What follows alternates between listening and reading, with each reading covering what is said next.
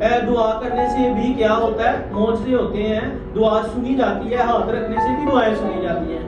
لیکن آپ یہ ایمان رکھیں کہ جب خدا کا پاک کلام سنایا جاتا ہے تو خدا خود آواز کرتا ہے، بولتا ہے، کیونکہ خدا کا پاک کلام ہے یہ، اور کلام جب بولتا ہے تو معجزے نازل ہوتے ہیں۔ تو اس بات پر ایمان رکھیں کہ جب بھی پاک کلام سنایا جاتا ہے، پاک کلام کے دوران بیماریاں بھی چلے جاتی ہیں، کمزوریاں بھی چلے جاتی ہیں، لعنتیں بھی چلے جاتی ہیں، دکھ تکلیف آزمائشیں دور ہو جاتی ہیں، اور ابلیس کو بھاگ لگنا شروع ہو جاتا ہے۔ اور آج اس ایمان سے پاک کلام کو سنیں۔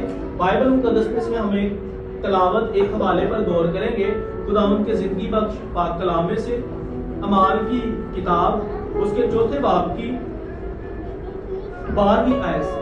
خداوند کے زندگی بخش پاک کلام میں سے اعمال کی کتاب اس کا 4 باب اور اس کی 12ویں آیت پر غور کریں گے۔ کلام مقدس میں یوں لکھا ہے، سب غور سے سنیے گا، اور کسی دوسرے کے وسیلے سے نجات نہیں، کیونکہ آسمان کے تلے آدمیوں کو کوئی دوسرا نام نہیں بخشا گیا جس کے وسیلے سے ہم نجات پا سکیں۔ آمین۔ پا سکتے، نجات نہیں پا سکتے۔ نجات کیوں؟ یسوع مسیح کے وسیلہ سے ہے۔ جب بائبل مقدس میں کہا گیا ہے کہ کسی دوسرے کے وسیلہ سے نجات نہیں، یعنی آسمان کے نیچے، آسمان کے اوپر اور زمین کے نیچے جب کہا گیا ہے کہ کسی دوسرے کے وسیلہ سے نجات نہیں، تو اس بات کو ہمیں ماننے کی ضرورت ہے۔ چاہے وہ کوئی انسان ہو، چاہے کوئی حیوان ہو، چاہے وہ کوئی فرشتہ ہو، چاہے چاند ہو، سورج ہو، چاہے وہ کوئی جانور ہو، کوئی بھی چیز جو زندگی رکھتی ہے، وہ کوئی بھی چیز آپ کو آپ کے گناہوں سے نجات نہیں دے سکتی۔ کوئی بھی ایسی چیز جو زندگی رکھتی ہے، چاہے وہ خداوند یسوع مسیح سے پہلے نبی ہیں، رسول ہیں، یا فرشتے ہیں، یا آسمان کی کوئی مخلوق ہے، کوئی بھی آپ کو نجات نہیں دے سکتی۔ کوئی بھی چیز یسوع مسیح کے علاوہ آپ کو بیماریوں سے آزاد نہیں کر سکتی۔ آپ کو پتہ ہے جب بائبل ہم دنیاوی طور پر دیکھتے ہیں کہ جب خدا معاف کرے کہ ہمیں کوئی لاج بیماری لگ جاتی ہے، یا ہمارا کوئی ایسے شخص کا ایسا مریض ہوتا ہے جس کا آپریشن کیا جاتا ہے، تو ڈاکٹر ہاتھ اٹھا لیتے ہیں۔ ڈاکٹر کہتے ہیں اب اس کو گھر میں لے جاؤ اور اس کی سیوا کرو، کیونکہ اس کے دن تھوڑے ہیں، یا خدا سے دعا کرو۔ وہ کیا کہتا ہے؟ خدا سے دعا کرو۔ سائنس نے بھی خدا کے آگے گھٹنے ٹیک دیے ہیں۔ سائنس نے بھی کیا کیا ہے؟ خدا کے آگے گھٹنے ٹیک دیے ہیں۔ جہاں انسان کی عقل ختم ہوتی ہے وہاں خدا کام کرنا شروع کر دیتا ہے۔ تو ہم کس طرح انسان سے امید لگا سکتے ہیں کہ یہ ہمیں مشکلات سے نکال سکتا ہے، آزمائشوں سے نکال سکتا ہے، پریشانیوں سے نکال سکتا ہے، ہمارے دکھوں کو ختم کر سکتا ہے، ہمارے گناہوں کو مٹا سکتا ہے؟ دوسرے مذاہب میں بھی دیکھا جائے تو کوئی آپ کو نجات نہیں دے سکتا۔ اگر آپ گلتیوں کا خط اس کے پہلے باب کی 8ویں آیت کو پڑھتے ہیں تو وہاں لکھا ہے، پولس رسول فرماتے ہیں کہ اس خوشخبری کے علاوہ، یعنی بائبل مقدس کے علاوہ، آسمان کا ایک کوئی بھی فرشتہ آ کر اگر تمہیں کہے کہ یہ کتاب سچی ہے تو اس کا بھی یقین نہیں کرنا، یعنی آسمان کے فرشتے کا بھی یقین نہیں کرنا، کیونکہ بائبل مقدس خدا کا سچا کلام ہے۔ یہ نیا اور پرانا عہد نامہ ہے، یہ کلام خدا کا ہے، خدا کی آواز ہے۔ اور جب خدا بولتا ہے تو پتہ کیا ہوتا ہے؟ جب خدا بولتا ہے تو اندھے دیکھنا شروع کر دیتے ہیں، جب خدا بولتا ہے تو گونگے بولنا شروع کر دیتے ہیں، جب خدا بولتا ہے تو جن کے اعضاء نہیں ہوتے جسم کے، جن کے جسم کے اعضاء میں جان نہیں ہوتی، اس کے بولنے کے سبب سے ان کے جسم میں جان آ جاتی ہے۔ اور جب خدا بولتا ہے تو بدرو گرفتہ لوگ کیا کرتے ہیں؟ رہائی پا جاتے ہیں۔ اور جب خدا بولتا ہے تو کیا ہوتا ہے؟ قبر سے مردہ لازر جو ہے وہ نکل کر زندہ آ جاتا ہے۔ خدا زندگی دینا چاہتا ہے آج بھی آپ کو۔ وہ کہتا ہے کہ دیکھ میں دروازے پر کھڑا ہوا کھٹکھٹاتا ہوں، اور کون ہے جو اپنے دل کے دروازے کو کھولے، اور جو کھولے گا میں اندر آ کر اس کے ساتھ کیا رکھوں گا؟ رفاقت رکھوں گا، کھاؤں گا، پیوں گا۔ آپ چاہتے ہیں کہ یسوع مسیح آپ کو نجات دے؟ آپ چاہتے ہیں کہ یسوع مسیح آپ کو سرفرازی دے؟ اگر آپ چاہتے ہیں کہ خداوند آپ کو برکت دے، خوشحالی دے، اطمینان دے، تسلی دے، تو اس کے لیے آج وقت ہے کہ اپنے دلوں میں آج یسوع آپ کے لیے باہیں پھیلا کر کھڑا ہوا ہے۔ آج سے 2000 سال پہلے اس نے اپنی باہیں اس طرح پھیلائی اور اس کے ہاتھوں میں کیل ٹھونکے گئے، تب بھی اس نے کہا ہے باپ ان کو معاف کر، کیونکہ یہ نہیں جانتے کہ کیا کرتے ہیں۔ اس نے تب بھی ہمیں معافی دی اور تب بھی وہ ہم سے پیار کرتا تھا، اور آج بھی وہ آپ سے، آپ کے ماں باپ سے، آپ کے بہن بھائیوں سے، آپ کے بچوں سے، آپ سب سے پیار کرتا ہے۔ وہ کسی کو نہیں چھوڑتا۔ خدا آپ سے محبت رکھتا ہے۔ جب مقدس موسیٰ نے، جو اس کا ایماندار بندہ تھا، اس نے خون کیا، اس نے تب بھی اس کو نہیں چھوڑا۔ اور جب داؤد نبی نے نہاتی ہوئی عورت کو دیکھا تو اس سے گناہ سرزد ہوا۔ بائبل مقدس ایک پاک کتاب ہے جس کے اندر نبیوں کے گناہ بھی لکھے ہوئے ہیں۔ اس کی وجہ کیا ہے؟ تاکہ ہمیں سکھائے کہ وہ گناہ سے نفرت کرتا ہے اور گناہوں کو معاف بھی کر سکتا ہے جب اس کے ایماندار لوگوں سے معافی مانگتے ہیں۔ اور داؤد نبی کو بھی اس نے معاف کیا۔ خدا گناہ گار انسان کو بچانے کے لیے اس دنیا میں ہے۔ وہ آپ کے گناہوں کو مٹانے کے لیے ہے۔ خدا گناہ گار سے پیار کرتا ہے، بچانا چاہتا ہے، آپ کو رہائی دینا چاہتا ہے۔ اور اس لیے بائبل مقدس بیان کرتی ہے کہ آسمان کے تلے کوئی دوسرا نام نہیں۔ یسوع مسیح کے وسیلے سے ہی نجات ہے۔ ہمیشہ کی زندگی یسوع مسیح کے نام سے ہی ہے۔ آج وہی یسوع آپ کے دل کے دروازے پر کھڑا ہوا کھٹکھٹا رہا ہے اور چاہتا ہے کہ آپ کیا کریں؟ اپنے دل کے بند تالوں کو کھولیں اور اس کے آگے جھکے اور داؤد نبی کی طرح کہہ سکے۔ زبور 45 جب آپ پڑھتے ہیں تو وہاں لکھا ہے، زبور 45 اس کی 7ویں آیت میں تیرے نام کی یاد کو نسل در نسل قائم رکھوں گا، اس لیے امتیں عبدالآباد تیری شکر گزاری کرے گی۔ آج آپ کو اپنے دل کے دروازے کھولنے کی ضرورت ہے، اور جب آپ کھولیں گے تو آپ کو کیا کہنے کی ضرورت ہے؟ میں تیرے نام کی یاد کو نسل در نسل یاد رکھوں گا۔ یسوع نام کو اپنے دل سے کبھی مٹنے نہ دے۔ جب آپ یسوع نام کو اپنے دل سے تھوڑا سا مٹا دیں گے، دھندلا کر دیں گے، یسوع سے دور ہو جائیں گے، تو ابلیس ایک دم سے آپ کے پاس آ جائے گا۔ ابلیس کیا کرے گا؟ ایک دم سے آپ کے پاس آ جائے گا اور آپ کے گھرانوں میں لڑائیاں ڈالے گا، تفرقے ڈالے گا، مایوسی ڈالے گا، تکلیفیں ڈالے گا، بیماریاں لگائے گا، لڑائی جھگڑے ہوں گے، معاشرے میں آپ کی عزت نہیں ہوگی، آپ کو ذلیل کیا جائے گا، رسوا کیا جائے گا، قوموں میں آپ کو حقیر جانا چاہے گا۔ اگر آپ ان سب آزمائشوں پر غلبہ پانا چاہتے ہیں تو میرے عزیزوں، آج وقت ہے کہ یسوع داؤد نبی کی طرح کہیں کہ میں تیرے نام کو کیا کروں گا؟